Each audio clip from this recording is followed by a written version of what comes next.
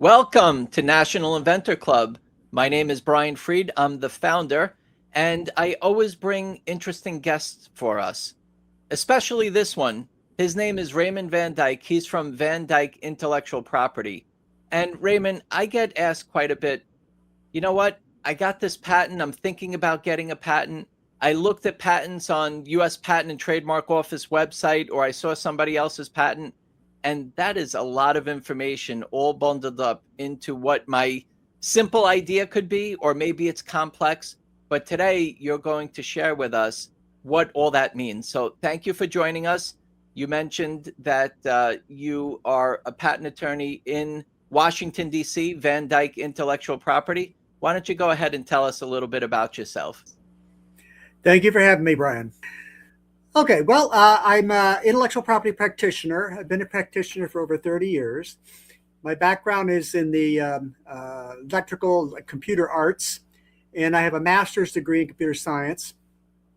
And I have been always a patent attorney, and I focused on that increasingly over the last 20 years or so. When you go into the big firms, it's generally litigation and things like that, but I focused mostly on prosecution. I'm a fellow of the American Intellectual Property Law Association, which is the biggest IP group in the United States, and also a fellow of the American Bar Foundation, sort of like the ABA. All right. So I also teach. I teach intellectual property, the basics of it, and at the George Washington University in Washington, D.C. I'm the chair of the Licensing Executive Society for Washington, D.C., and also in other things. And also local bar associations and tech groups I'm active in. Great. And I know that you've had me on as a panelist for the World Intellectual Property Day, right? Yep. That's also an interesting event that you do every year. I think you host that? That I do. Excellent. And how dedicated you are. You have a tie that I think you showed me before that looked like part of a patent or an inventing tie. Yeah, it's the Inventors tie. You can purchase it at the patent office gift shop. Very nice. All right. So Raymond, let's get into it. I know that you've put together a couple slides here to talk about what a patent is, dig deep into it so we can figure out what we have if we do end up having a patent. Here's one of mine that I happen to have on my table. It's a design patent. So we'll show some other ones. But yeah, let's go through it and figure out what the next steps are for us so we can learn. Okay. All right. Very good. Okay, so why are you filing for a patent? All right, that's one of the big things. You've got the idea. You want to protect it, but what do you do? How do I begin the situation? So we're going to be going through the various parts of a patent application, and once it's on file, it enters into what's called patent prosecution. And when that prosecution is done, it is issued, and it goes into the enforcement period. So we're going to talk about the main parts of the patent and briefly about these various procedures. So with patents, it's a government grant. It is a right to exclude others. It's what's called a negative right. It is not a right to do something. You get a patent, it does not give you the right to do that. It gives you the right to exclude other people from infringing on what you do.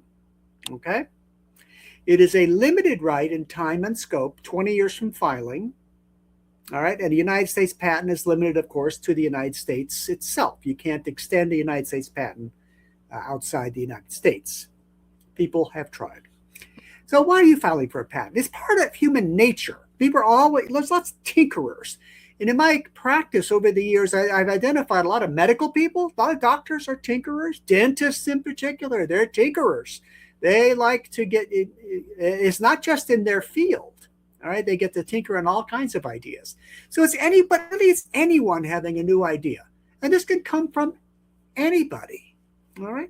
Whether it's a new paradigm busting innovation that changes mankind or an incremental advancement, these are all potentially patentable ideas. It's interesting, Raymond, because there's many people that are working on inventions, whether they're in their profession or they're people watchers.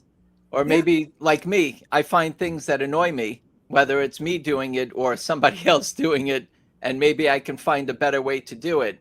And that's how you can come up with an idea. So it could be anybody, right? Yeah. You're a doctor Anybody. and your lawyer, and anybody can come up with an idea. Yeah. We're all human beings. We're all creative, and people have. You could just it could just spring into your mind and an idea. So, but our government encourages innovation. Small businesses, for example, and inventors get 50% off of the USPTO fee reduction. Micro entities, if you qualify for that, is about 80% now. Okay, the inventorship rights are really put into our Constitution. Our founders democratized the patent system. This is part of the reason why the United States is great, in my view. You know, Raymond, I think on the slide you had earlier, I believe it was for when you were talking about what the right is Mhm. with a patent. I think a lot of people get confused with that because it's almost like you can't infringe on my intellectual property, but you're saying it a little differently. If you can just touch on that, because I think it's really important for inventors to understand. Okay. Well, let's say that you get a patent to do A plus B. Okay. All right. That does not give you the right. You still may infringe somebody who does A or somebody who does B, but they cannot. But you can start. But you may infringe their patents. But if you get a patent on A plus B, I'm simplifying this to the highest degree. Yep. If you get a patent on A plus B, you can stop anyone else, even perhaps A and B, from doing that. So the patent is not a right to do something in the patent. It is a right to exclude other people from infringing on your right.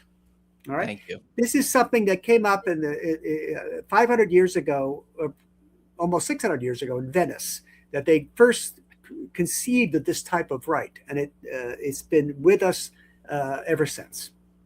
Great. Thank you. There's different types of patents. There's utility patents, which is the main one we're going to talk about. There's provisional patenting, which is an informal way to pursue a utility patent. We'll talk about that. There's design patents, which we'll talk about in the next slide. And a plant patent is one of the really rare ones there. That's an example of one there. So you can get patents on certain types of plants, asexually reproducing plants. So these are not naturally occurring. You can't get a patent on a plant that's in nature. But you can get a patent on a plant that you splice or manufacture in some other way. Okay? And PCT is Patent Cooperation Treaty or Foreign Matters. So this is where you take your existing rights and you extend them outside the United States. Great. Okay, so let's talk about design patents a little bit. Here's an infamous one. Steve Jobs' design patent for the rounded corners of the iPhone. All right, so design patents are very limited. They're only for the appearance, how it looks, not for anything functional. All right. So if it doesn't look exactly like this, it cannot infringe this design patent. But let's look at another one here. This, again, it's only for the ornamental parts. Here, a friend of mine got this. He got a shoe, men's and women's, but I'm only showing the women's, where it has a bullet for the heel. So the parts of the design patent that are being covered are shown in darker ink. The things that are non-claimed are in broken lines. So they're not claiming a shoe. They're only claiming the ornamental part, which is the bullet heel. Okay, it's the aesthetic appearance of it. Nothing functional. If you want something functional, you got to go for a design patent. So we can't. Well, you have to go for the utility patent, right? I'm sorry. You have to go for the utility patent. I missed. Yeah. So with this design patent, it's only ornamental. I can only show it based on drawings. If I want to describe it, I think the only place to really describe it is in the title. Yeah, they have. Yeah, the title. That's in essence, and in essence, the description is: "I claim the following drawing." Okay. The invention shown on the drawing. So not 100% as strong as a utility patent, which you're going to get to, but this one is more on the design and the shape, like you're mentioning, Exactly. and it has a little bit less of protection. Well, for what it is, it provides protection for this appearance. So Yeah, if you have a specific product that has to appear in a certain way, a design patent can help you. If you have a product that has functions and can be implemented in different ways, this is not the way to get a patent. understood. And this, Okay? I was saying and asking about the years that it covers. So this is 15 years. Yeah. Okay. And the utility you mentioned earlier was for 20 years 20 years from filing. So you from got to go through filing. the process, and then it's 20 years from the filing. Got it. Okay. So we're going to talk about utility from here on. Okay. So you're going to have an invention disclosure. All right. That's some idea written down. And then you're going to go into the patent application. It's going to be transformed into that. Then you file it in the US. You may go for foreign also. And after filing, it enters the prosecution phase. And the prosecution phase ends at the day of issuance of the patent. And on issuance, the enforcement period starts. Okay, so that's the whole patent process, 20 years right there. All right. So let's start from the beginning. You may be in a corporation, or you're in your own garage or at your own desk. So you have a write-up. So you got to do some kind of physical write-up. You've got to bring it down to earth, so to speak, make it tangible. Now, at some point, you should engage some kind of patent attorney. The patent attorney is going to contribute to this process. Patent attorneys are licensed or registered professionals. There's not just any attorney. I took a separate bar exam to be a patent attorney. Okay, so in that sense, if you're going to deal with the patent office, you've got to get a licensed person. Okay. Now we're going to talk about the specification, which is the full description of the invention. And then there's the claims part, which is the legal boundaries, the exclusivity I was talking about. We're going to talk a little bit about the strategy. Why get a patent? All right. You've got to figure out, well, why am I doing this? You get your advice from an attorney as well. Now, there's a difference between inventorship and ownership. Ownership can be assigned. For example, if you're an employee of a company, the ownership of that invention can be assigned to the company. But inventorship is you, and that can never be assigned.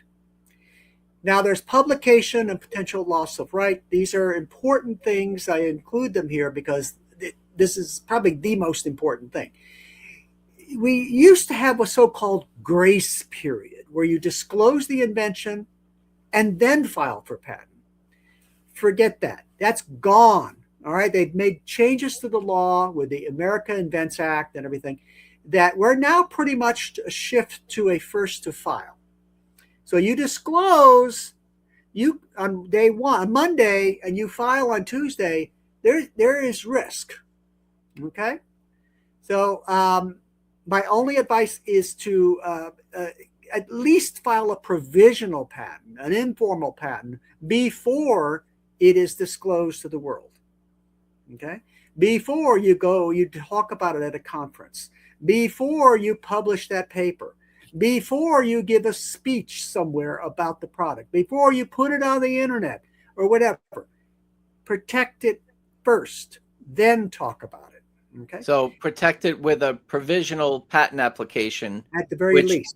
At the very least, which gives you the right for 1 year to say that you're patent pending before you file this non-provisional patent or utility.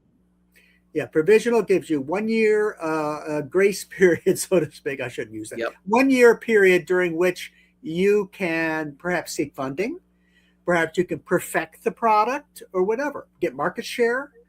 And at that point, within that 1 year, you must at that point convert partake of the patent system, convert to the utility patent. Now, Now, I still get people call me up, Raymond, that say, I have my idea in an envelope. I have it documented on my computer, wherever it is. I told my aunt, whatever. So you're saying that the American Invents Act stopped that, and now it's first to file, which is very important for inventors to understand before you disclose it. What about if I'm sharing that information with an NDA? well, that gives you some measure of protection. It gives you contractual protection. You can Mhm. sue them for violation of the NDA, but the invention may be out there and it may have devastating consequences. So it Okay. better have the NDA better say you got to pay me $10 million or whatever, you know. Right. So I And mean, the NDA stands for non-disclosure agreement. yeah. Okay. Okay, now since you may be involving with the rest of the world is already okay with this first to file absolute novelty requirement. No, no, but let's say you were a Frenchman and you disclose the invention on Monday and then file for a patent on Tuesday. Pfft, gone. You've released it. Doesn't matter it was you. It's gone. You've lost the right to the invention. So my advice to you is that even though we sort of technically have a grace period, ignore it. Just pretend that it's absolute. Okay. You know, many inventors, Raymond, when we're coming up with ideas, we're very excited. We want to tell the world about our idea. And you're talking about the risk associated with just doing that. And it's better to kind of keep it tight, have somebody sign a non-disclosure agreement, even if you're in the middle of starting to put it together and work on it. It's better to just have that filing date, that non-provision, Yes. I'm sorry, the provisional patent application. But before I even do that, Raymond, many inventors kind of look online. They go to Walmart or they go to Amazon and they don't see their invention. They think that they hit a gold mine. So how important is it to do a patent search? Well, it depends on the sophistication of the person. You know, if you are a sophisticated person in the industry, you can go online and do your own search. All right. However, since we're not all sophisticated and everything, you can hire a patent searcher. And I know people and everything that can do that for you. So feel free to contact me and I can put you in contact with patent searchers. Okay. Okay, we're going to talk about the specification. Okay, the disclosure of the new idea. This is what's called a constructive reduction to practice. In other words, if you make the idea, if you create the doohickey or the app, whatever, if you create it, then that's a reduction to practice itself. The patent application is a constructive reduction to practice, which means that patent system doesn't require you to actually create the invention. All right. 150 years ago, they required a model on everything of the invention and everything, but they don't require that anymore. So you have the idea. The idea can be entirely in your head and not created, so to speak. But as long as you describe it in sufficient detail to meet the requirements of the patent system, that is adequate. In the specification, there are various parts within it. You have the background of the invention. All right. What do we know out there already? If we know about A and we know about B, then we can talk about that. They do this, but A does this, but they really don't address this other issue. B does this other thing, but they don't address it in this other thing. But A and B, which is the invention, we do. So you want to talk about what's known. Then you get into a summary of the invention, which is a paragraph or two, where you get into just briefly what the invention is about. Then you have drawings. If you have drawings, not all inventions have drawings. Like in chemical cases, biotech cases, you don't typically have drawings as such. But if you have a electrical device or mechanical device, whatever, you're going to have the drawings. So you got to have a description of the drawings. Okay. Mm-hmm. After that, there's the detailed description of the invention, where you get into the specifics of the invention, where you discuss how it works, all the different facets of it. If there are parameters in there, temperature ranges or or angle ranges, or get into the specifics of then along with the permutations, so to speak, or the variables. Okay. And the reason for that is, there's Supreme Court cases out there that you need to be, that your patent attorney at least needs to be aware of, that let's say there's 4 ways of doing your invention. Well, you better describe all 4 ways. In the Amgen versus Sanofi case, which is 2003 Supreme Court case, the patentee claimed it in a chemical way, but there's like a million different possibilities. But in their specification, they only talked about 18 of them with any degree of specificity. So the Supreme Court said, well, you're not going to get the millions, but I will give you the 18 that you talked about. So in your specification, you need to address the different ways the invention works. Okay. It's interesting, Raymond.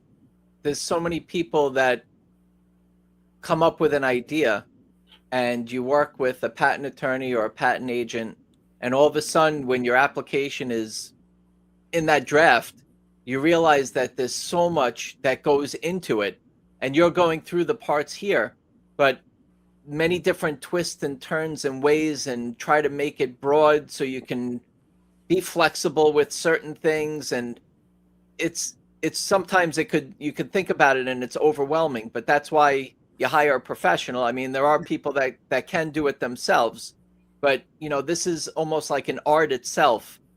And that's what's really interesting. You have one of your patents, not yours, but somebody's patent there. Let's just pause for 1 second and take a look. What does that look like, Raymond? So show us what we've spoken about so far on the inside. Okay. We talked about the illustrations. We talked about the description.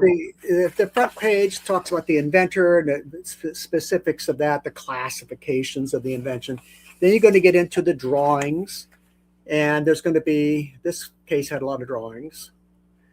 And then you're going to get into the description of the invention, where you have related cases there, but the field of the invention, like I said, the background of the invention. Okay. And that, in this case, that we talk about the background for a bit. Then we get into the summary of the invention. Wow. Look at that. We could see it, but maybe if you could just hold it just a little bit closer and see how much detail is in that. So the 3 and the 4 on the top, those are part of the claims? No. We're in the specification. Specifications. Okay. Yeah. And then there's the brief description of the drawings, and here's the descriptions of the drawings. I know we're not going to get into the details here, but we can't in this book. Then I have the detailed description, and the detailed description goes on for a number of pages. Wow. And then it ends in the claims part, which starts here. And I'm not going to get into that because I have a claim in here. But the patent document comes out, and it has all of these parts to it. Right. Again, after the detailed description, where you get into it at length, you can have the claims part, which is the legal part, the exclusivity rights I was talking about. And then it ends with the abstraction, similar to the summary, just an abstraction of the invention, which is used for a reference within the patent office. Okay. So let's look at a claim. What are these claims? He talked about these aren't claims. And what's going on here? Well, claim drafting is an art and a science. I've had to take inventor write-ups, weird notes and everything, sometimes Post-its and this, that, and the other. And I have to decipher what is the essence of the invention. Okay. And I have to bring that down from the abstraction land to paper. Okay. So it's generally going to be a system, a method, an apparatus, a composition, like in chemistry or whatever. I need to cover infringements. I need to cover the various types of ways that the invention can be infringed, so to speak. Alternatives, possible design arounds, so I can head them off at the pass. Also avoid problems in common law. Like I said, there's been over the last few years, there's been an attack on the patent system with abstraction and things like that. So we got to try to avoid this wherever possible. So let's look at a particular claim. See, an inventor comes to you and he has a write-up. He has I have a camera that has a hologram in it, a smartphone with a hologram, I should say. All right. So we know about smartphones. We know about cameras and how they work. We know about holograms in general. The inventors insist that this combination is new and non-obvious. Okay. So here's an example of an independent claim. An independent claim is the broadest claim. It stands alone, hence its name. So we have a display, a memory, a user interface, and a holographic camera. All right, where the camera is connected to the display and the memory. Okay, simple enough. You may have dependent claims. These are claims that incorporate all of the independent and they add something. Like number 2, wherein there's a holographic image on the display. Or 3, where there's a holographic image stored in the memory. All right, and 4, where you add something. You're adding a transceiver to the smartphone so you can send it elsewhere. So you may go through the prosecution and come out at the other end with something like this. All right, the display, the memory, the user interface, the holographic camera, and the transceiver. The examiner says, if you have all that, I'll allow the case. So there might be some kind of compromise made during prosecution to get the case through. When you're talking prosecution, Raymond, many of us, that might be overwhelming and sound scary. What you're talking about is, okay, we come to a patent attorney or an agent, we disclose our idea to you in confidentiality. We don't have to worry about you signing an NDA because it's already a given that that's right. And I am, because of bar rules and things like that, I don't want to lose my license. I'm not going to pilfer your idea, Yeah. So we go through that, talk to you about our idea, and then you help us to kind of fill in, or we help you to fill in the parts of the patent that you need to file. So all this, when you're talking about prosecution and all that, you're preparing the documents to put into the U.S. Patent and Trademark Office portal, where a patent examiner picks it up. After a certain amount of time, it gets assigned to a different group of examiners, and then they're the ones that are going to start digging into what you're proposing for our patent potential. Yeah, after you file it, it enters prosecution phase, and where it's evaluated by the office. The office picks it up, and they look at the formalities initially, and then at some point down the road, an examiner reviews the application substantively to determine if it meets the 102, the novelty requirement, or 103, the non-obviousness requirement. So the examiner looks at what's called prior art, okay, which is any prior patents that are related, any scientific articles, other articles, websites, whatever. Anything written that is available can be considered prior art. Okay. And images, you said also, right? It could be. Yeah.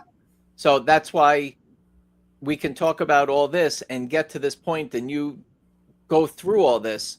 But that patent search in the beginning to make sure that there's no prior art, or if it is, how yours is different, and even the claims and everything else, what's making yours so unique and different. So sometimes I might come to you with something almost exactly what it is, but it might function or do something different. So you would also, and a lot of patent attorneys and agents kind of work around what's there so you can potentially get the claims approved for yourself, right? Yes. I had a case with this lady inventor, and the invention was a rather simple one, but it's just a matter of articulating what it is that the examiner wanted. And it took a while, but I was able to finally articulate it in the way that the examiner wanted, and we got the case allowed. Great. But it was not an easy process. So there's a reason why you hire patent attorneys. All right. A lot of inventors, they try to do it themselves, and I understand that. You don't have money, and I sometimes get cases that are downstream of their initial filings and everything. And this one guy, he filed it himself. He prosecuted it himself. Went to the patent office. He says, I worked with that examiner, and the examiner was very helpful in me getting this case allowed. The problem, the examiner made him give away the heart of the case, but he didn't know. So then he starts to litigate the case, and he doesn't have as much meat on his case that he could have had. Now, could a patent attorney have done better for him? I would argue yes, because he would have known that he was giving up the heart of his invention. But because of the nature, the patent examiners, they're representing they're representing the government. They're representing us, as it were. They don't want to give you anything if they don't have to. So they asked him, hey, I'll allow it if you give up this. And he said, okay. But he didn't know. So anyway, enough of that. Got it. These are odd things. With prosecution and everything, you hopefully get it through an issuance, and then you get your patent. Okay, you can have a family of claims. Okay, you don't have to have a device claim, system claims, using the device, method claims, practicing the invention, or if you're into chemical or biotech, you have composition type claims. Again, an inventor is the owner of the invention. If you have multiple inventors, each of them are co-owners. Okay, an inventor has to have a substantive role in at least one claim of the invention. Okay. Do not name everybody on the team. Oh my God. I had one time when they named all 15 people, and that's, not all people contributed to it. Their boss's boss didn't contribute anything, really. And this is the problem later on, because you got signatures and things like that. Now, 3 years down the road, are we going to find half of these employees? Are they going to be hostile to the company? Yeah, most likely. So anyway, only name people that are substantively involved. Okay, and again, inventors are owners at the beginning, but they may have an obligation if they're an employee to assign to, let's say, their employer. So let's say if I'm the inventor and I end up getting into a licensing deal, or maybe I sell my intellectual property, I sell my patent. What I can do is I can assign, and I've had the opportunity to do this, assign my patent to that company. And during the time of my agreement, they're kind of assigned. They have the ability to work with my intellectual property. I will always be the inventor. That doesn't change, but I can assign it as I need to who I need. Right. Okay. Yeah, and you may have obligations as an inventor, even though you've assigned it, to sign documents later on, but for example, if you get foreign cases and things like that. So there may be some downstream things after you've assigned all your rights. You may still have some obligations. Raymond, sometimes inventors borrow money, or they have somebody that they're involved with them, or starting a business around their invention, and they haven't yet filed, and they put them on as an owner of the inventor. They add them as a co-inventor. So let's say I borrow money from you. I'm putting you on as an inventor. Is that something that I should be doing? No. Again, you have to contribute substantively to the inventive concept. Just being the money bags is not enough. Or the case I was mentioning, just being the boss or the boss's boss of the team is not enough. You've got to be substantively involved into the invention itself. Thank you. And I'm asking you these questions because I get these type of questions, and I appreciate you clearing that up. I know I got a lot here. I got bigger courses that I teach on this. Again, with the U.S. filings, again, just treat everything as absolute novelty, just to get a provisional on file so you don't lose your patent rights. Now, let's say somebody steals from you and files for a patent based on your idea. let's say you sign an NDA or whatever, but they still stole it and they file first. Well, they have special proceedings now called derivation proceedings where you can get the inventorship back to yourself. Okay. But apart from that, if somebody else just files, you have the idea, but somebody else files before you, it's tough. You must file first. And also, what I'm hearing from you also is if you are talking to somebody about your invention, it's always important to get that non-disclosure agreement signed by both parties. Or just don't talk about it. Or don't talk about it. But at the same time, when we come up with an idea, Raymond, we have this emotional excitement that we feel like it's going to change our life. We're going to make $1 gazillion, and we want to tell people about it. And we hope that who we're telling we can trust. But at the same time, whoever it is, if you have the documentation of a non-disclosure agreement in your back pocket that both parties signed, you're putting them on notice that they're not supposed to talk about your idea to anybody without your permission. And you're saying that that's something. So it's not in an envelope. It's not on your desktop, laptop. It's filing or having that non-disclosure agreement. To be a part of the patent system, you must partake of the patent system. You can't just put it in an envelope and say, "Hey, I had the idea." No, that doesn't work. Okay. And Raymond, just one other point to that. So let's say I do come up with the idea and I'm talking about it. I didn't file anything, but I do have up to a year when I publicly disclosed it to file. But if somebody else files before me, I'm out. No, I did not say that. No, we used to have a grace period. We don't. Okay. We no longer have a. Technically, we have a grace period, but I mean, it is completely hazardous because somebody else can file the day after you talk about it, as long as but if they didn't derive it from you, all right? If you gave a speech and somebody in the audience said, "Oh yeah, that's great, I'll file a patent," no, that's derived. But a third party can file the patent, and it doesn't matter you had the idea first. All right, you were slow to patent. And the patent office rewards first to file. Thank you. This is unfair. In my view, it's unfair because we had a first to invent system before, but we changed it with the American Invents Act. So there it is. Okay. Thank you. All right. So again, prosecution, there's a variety of things that can happen there. I won't get into all these details because of time, but you may have what's called you may have a non-final office action, which the examiner says, "Hey, you got this idea. It's great, but it's not. I think this other reference is before yours. You don't have novelty." Or the examiner will say, "This other reference and maybe two of them combined renders your invention obvious. Well, you need to address this. You just say, examiner, you're wrong for the following reasons." This may go back and forth until you get your allowance. Once you get your allowance, you pay the issue fee.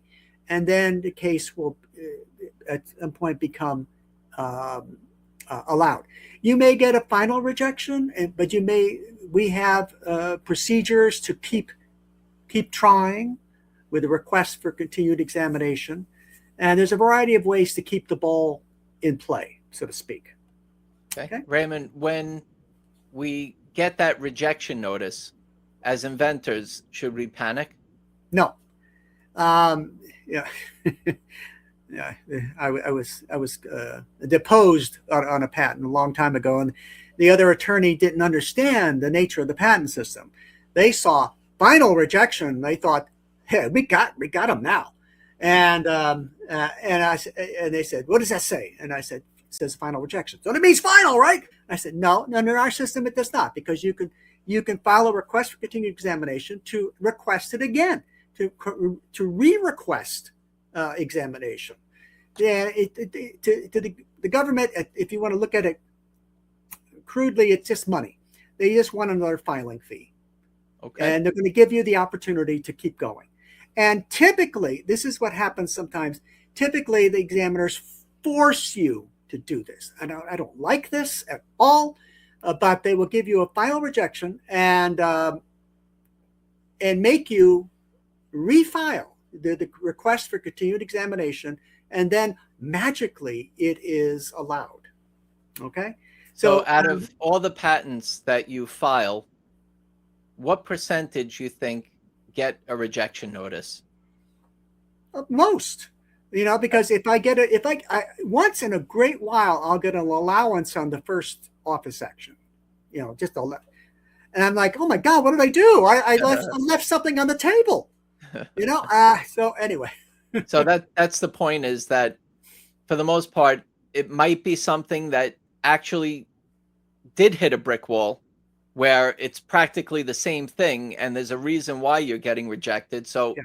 how much of a difference is it for you to have to justify, or they just might need a little bit of clarification just to get through it, to see it differently, because you're not having a conversation. It's just in your writing, in your words, trying to describe it and explain it, and not obvious and novel and all that. So for the most part, my experience is, don't panic. It needs, for the most part, patent examiners will provide what they're looking for the clarification or the rejection.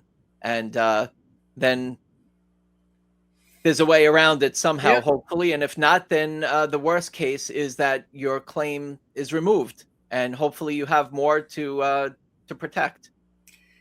I had a case where it was an elegant invention. It was about telephony. It was telecommunications, and it was clear to me that the examiner had no idea what the invention was. Yet he gave me a final rejection.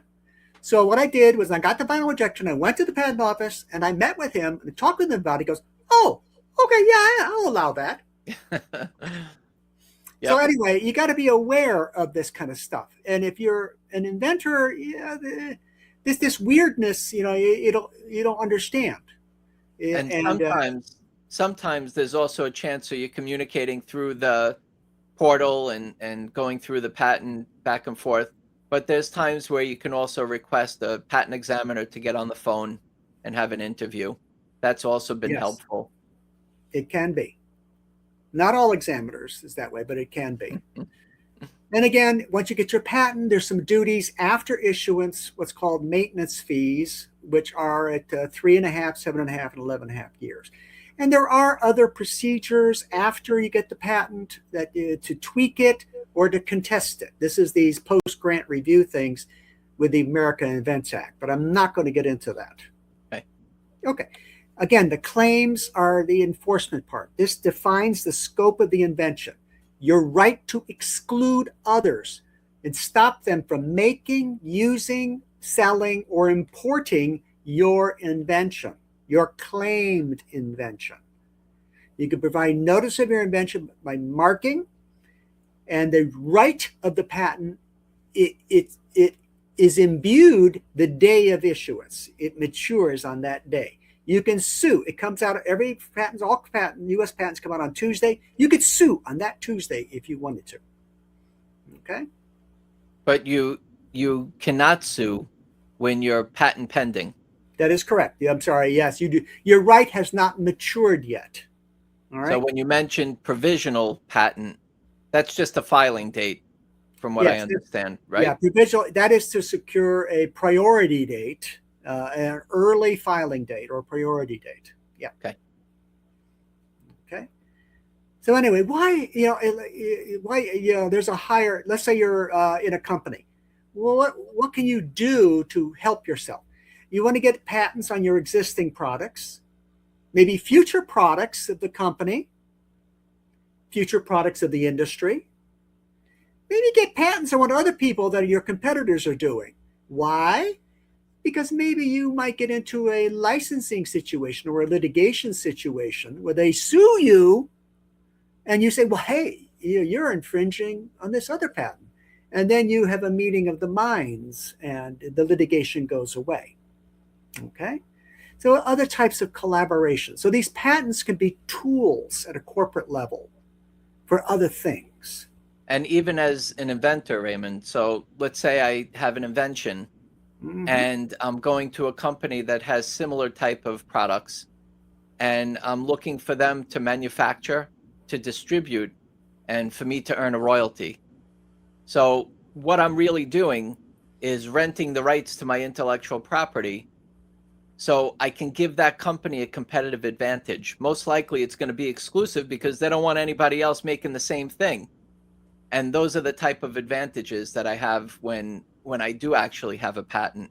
The other thing these days also with Amazon, for example, Amazon.com, you can have a product on there that you're patent pending or you're patented. So I could tell you that my situation, if I had patent pending, I wouldn't be able to do as much as I've done protecting my intellectual property, my patents, with a patent. So when I have a patent, I can show Amazon.com, I could show all these different online e-tailers or whoever's trying to sell them that I actually have an issued patent, a utility patent most of the time, a design patent. But if I didn't, then I wouldn't be able to stop those infringers. So in my opinion, look, some people say, get a patent, don't get a patent, it doesn't mean anything. But I could tell you that when I sell a product, if I have a patent, I'm confident that I can get them taken down for the most part. And if I don't, then they can make it and I can make it until I do get that patent. And like you said, that day you can enforce it. Yeah, your right matures. And let's say you've assigned it to somebody else. Then I have on there exclusive licensee has the right to sue also. Either the owner can sue on behalf of the patent or the exclusive licensee. Why? But a regular licensee, a non-exclusive licensee, does not have the standing or the right to sue because there are others that have interests in connection with the patent. So it's only those that have direct ownership or been given that power, exclusive licensee, that can sue for the patent. Right. Okay, and again, there's a variety of reasons. Now, why is there so much controversy now with patents? Well, what's going on here? It used to be, when I was a beginning attorney and everything, 30 years ago, patents were a little backwater area. It wasn't all that controversial. It was important, but, it wasn't, critical or anything. Why is it critical? Well, look at this. This is the demonstration of how our society has changed since 1975. In 1975, 83% of a company's worth was tied up in physical things, and only 17% was intellectual property. But look how that's changed. In 2025 now, you have 92% of a company's valuations tied up in intellectual property, 8% physical things, like land, equipment, whatever. If you look at Google, all their property they own in Silicon Valley, I'm sure it's expensive real estate, but add it all up. Add up all the land, all the computers, all the jets, all this, it will just be a tiny fraction of the valuation of Google. This is the nature of our society now. And patents are the tools for this society. All right? This is why there's so much Supreme Court litigation in patent land. All right? Okay. This is because the stakes are so huge. Owning a little piece of this is critical. And big tech does not, they have fought a lot of battles to keep their dominance here. And they don't want upstarts, things like that. So this is why what we're talking about is so important. Right. This is one of the first slides when I teach the MBA program at George Washington. This is one of the first slides that I show. And MBA students would understand this. But like I said, the patent process is, there's got to be a reason why you're patenting. You're going to be going down a road that has consequences. It's going to have financial consequences. It's going to have other consequences.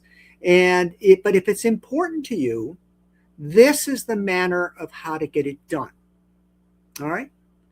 And if you have any questions on that, please feel free to reach out to Brian or me to answer any further questions on it. Thank you, Raymond.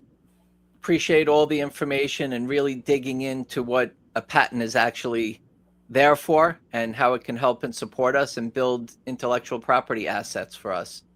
So you're working for many years. You're right there in Washington, D.C., right by the U.S. Patent and Trademark Office in Alexandria, Virginia.